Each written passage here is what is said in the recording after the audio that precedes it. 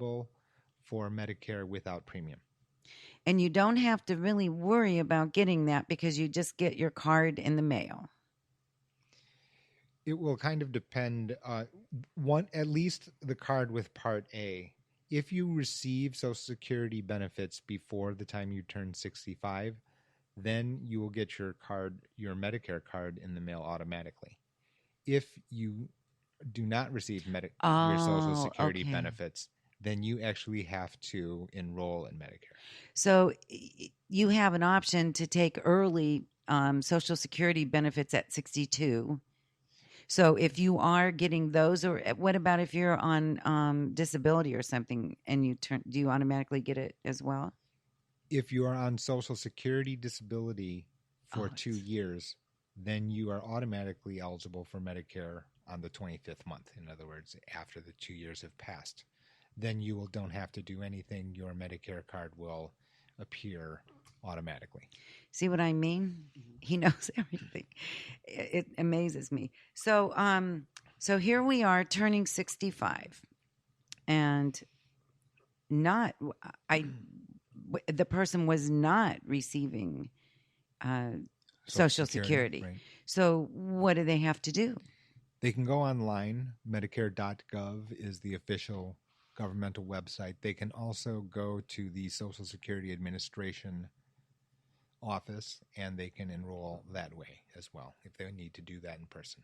And if they fail to do that for some reason, what happens? Well, if you do not enroll in Medicare in any of the parts, Part A, Part B, or Part D, then there are penalties. There are separate penalties and different types of penalties for not enrolling in each one of the three parts. So it's probably, we don't want to spend the next 2 hours explaining them all, but generally speaking, what I encourage people to do is to know that they're eligible for Medicare when they first turn 65, the first of the month they turn 65, and not play too cute, meaning that use the time to get the information they require and enroll at least in Medicare immediately as soon as you're able to, which begins 3 months before the period that your Medicare becomes effective. So you have some time to do some homework. Exactly. And remember, there's human error, there are people, there's red tape involved here. So even if you enroll on day one, it's not like your card is going to appear at your doorstep or in your mailbox on day two. It will take some period here. So what ends up happening is people try to play too close to the line. They wait until, or they procrastinate, whether they do so because that's their personal habit or whether they've done it, unintentionally. Then what ends up happening is then some amount of panic sets in because they feel more comfortable with cards in their possession. So, and there's nothing they can do at that point than wait. That's right. Right. That doesn't mean that they're not covered. It just means that they don't have their card. Exactly right. And whether that be a security blanket of sorts, sometimes it provides that to other persons. They have enough cards in their wallet, they don't need any extra cards. Right. So, an extra that's a one. Good point, yes. Probably not that useful. So let's talk about Part A. What exactly is Part A? So Part A is labeled as hospital. I would have called it facilities because it includes hospital, but in addition, it includes skilled nursing facility care as well as hospice. It also includes home health care if it is ordered by a medical professional. Skilled nursing care is a technical term. It is not just kind of an everyday phrase. It actually has to do with some medical attention. So, for example, cooking and cleaning, that is custodial, not skilled nursing care. So we need to distinguish between the two. And Medicare does not cover custodial. Medicare does not cover custodial, correct. So there are companies out there that will come in and do all those things for you, but keep in mind that those are not covered by Medicare. So that's Part A. That's right. Part B. Part B is called medical. I would have called it services. Oh, that would have been better, yes. It's just clearer because then it gives you an idea on what is actually included. So that means doctors, certainly. It also means diagnostics, so x-rays, MRI, for example, testing, blood tests. These types of activities are called services. It is covered by Part B. You have to pay a premium for Part B, and it has risen from 2015 to this year for 30% of the Medicare population. It is scheduled to increase again next year. We don't know exactly what the final numbers are. We will know in the coming weeks. Wow. And I don't think Social Security has gotten a raise for 2 years. That's not fair. Part of the reason that this is occurring is, in fact, some complicated combination of the fact that there's no COLA, which is a cost of living adjustment under Social Security. When the COLA is less than the projected raise of Medicare, it basically increases the rate for new enrollees in Medicare. It will also increase the rate for those persons who earn more than $85,000 for an individual or $170,000 for a married couple. So that is just an example of how many things there are just in Part A and Part B that you need to know. And that's why you need to consult somebody. I'm telling you, this is very complicated. And I don't think that they do it on purpose. It's just convoluted and hard to understand if you are not familiar with terms, just like it should be services. You're absolutely correct. Because medical, you would think it would just be doctor's visits. Right. I think that a couple of things. First, if I step back a few steps, there are a number of different reasons that there's this much confusion over Medicare. Reality is that there's a lot of confusion over health insurance to begin with. And to me, and I just actually presented in Novi, Michigan last night, and my number one misunderstanding is the idea that health insurance is the same thing as health care. They're not the same thing. Health care is taking care of your body, eating fruits and vegetables. A fifth of Jack Daniels a day is probably not a great idea. That's health care. Health insurance is a financial contract.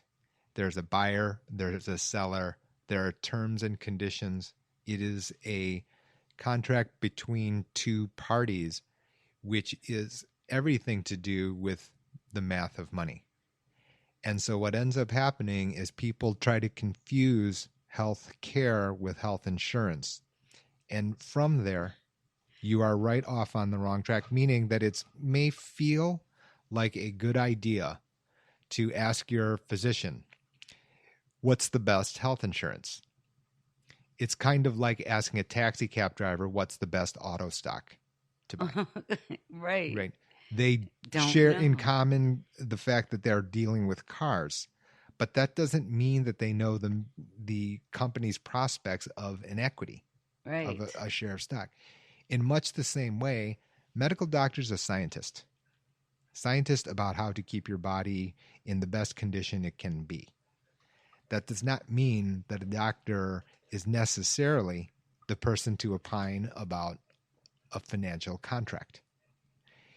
And I tell you this, it is not the case that all doctors or medical professionals will be poor at it. It's just not their area of expertise. Right. There are plenty of physicians in the world who are well smart enough to be able to figure out the financial matter, but it's not because of the fact that they're a doctor.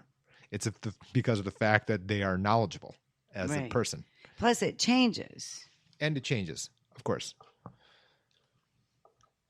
When I think about when I add number 2, which is the language of Medicare looks the same as when you are pre-Medicare.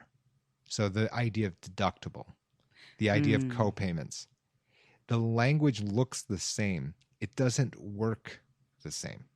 See, and that's so hard to understand. Tell us the difference, please.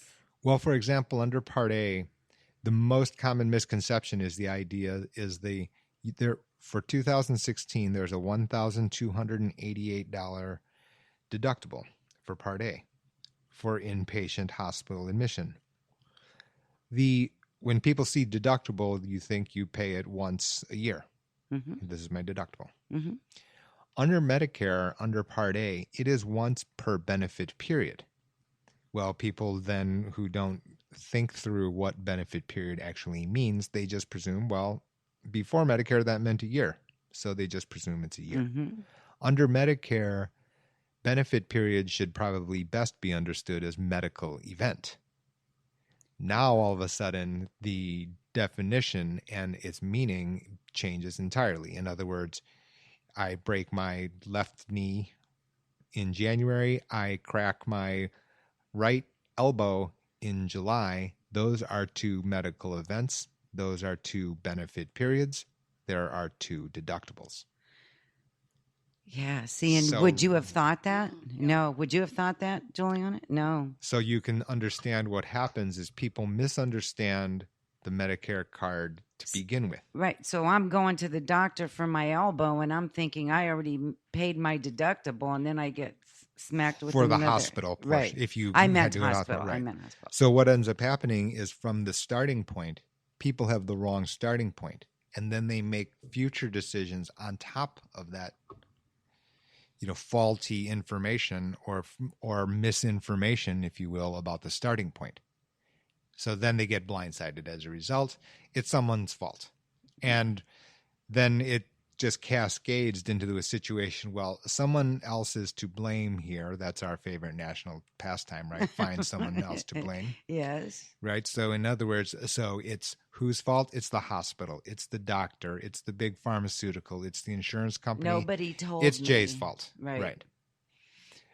Reality is, from the beginning, there was a misunderstanding about what these actual terms and conditions mean. So as a result, people make decisions based on the faulty starting point. Add that to some misfortune or randomness of becoming ill or an accident or life happens, and you get more questions when you receive bills you don't understand. Right. And then you need help to go over those bills. So, you know what? If you are turning 65 or your parents are turning 65, it's so important that you understand all of this, because you don't want to get blindsided, because what happens, Jay, if you do get blindsided? Well, the issue is that the part of the beauty of Medicare, part of what is great about Medicare, is the fact that when you first turn 65, you have no restrictions whatsoever, meaning that you have the full menu of consumer choice at that time, and no seller can say anything for any reason at that point in time. Once you become 65 and a half, however, then your menu of options, alternatives, becomes restricted. For example, certain sets of plans that would be able to deal with or pay for what Medicare does not, those may not be available to you. And what part of Medicare is it that you're speaking of now? So A was... A is hospital. B is medical. So in other words, services. And now you're talking about... Well, for example, you'll see that we're started into the season where we're going to get a lot of ads and the newspaper and this, that, and the other.